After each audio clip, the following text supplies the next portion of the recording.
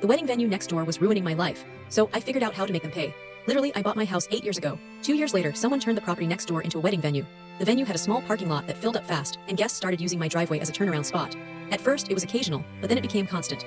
Every Friday, Saturday, and Sunday from April through October, there would be cars pulling into my driveway and blocking me in for hours during receptions.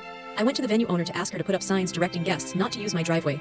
She looked at me like I was crazy and said, "It's not my problem where people turn around. Talk to them yourself." So, I tried talking to the guests directly.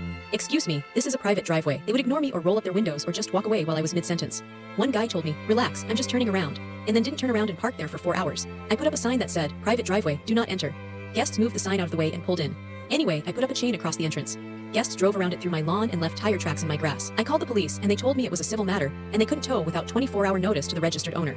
I went back to the venue owner and told her that her guests were destroying my property. She told me that maybe I should move if I didn't like living next to a business. One Saturday, my daughter was having her 7th birthday party, and I needed to leave to pick up her cake. I couldn't get out of my own driveway because a white SUV was blocking me in.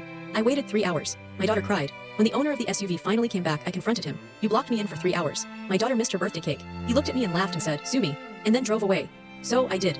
I consulted with a contract attorney and asked her about something called contract by conduct. She explained that if terms are clearly posted and someone voluntarily acts in accordance with those terms, they've accepted the contract. I paid her $400 to review my signage and make sure everything was legally airtight. Then, I installed a gate. It cost me $3,500, but it was worth every penny. The gate had a sensor and worked on a timer. It stayed open during the day, but if a car without my transponder entered, it would automatically close behind them after 60 seconds. Once closed, it would only open with a credit card payment. The sign was impossible to miss. Private property entry constitutes acceptance of parking agreement. $75 exit fee. Payment required a gate.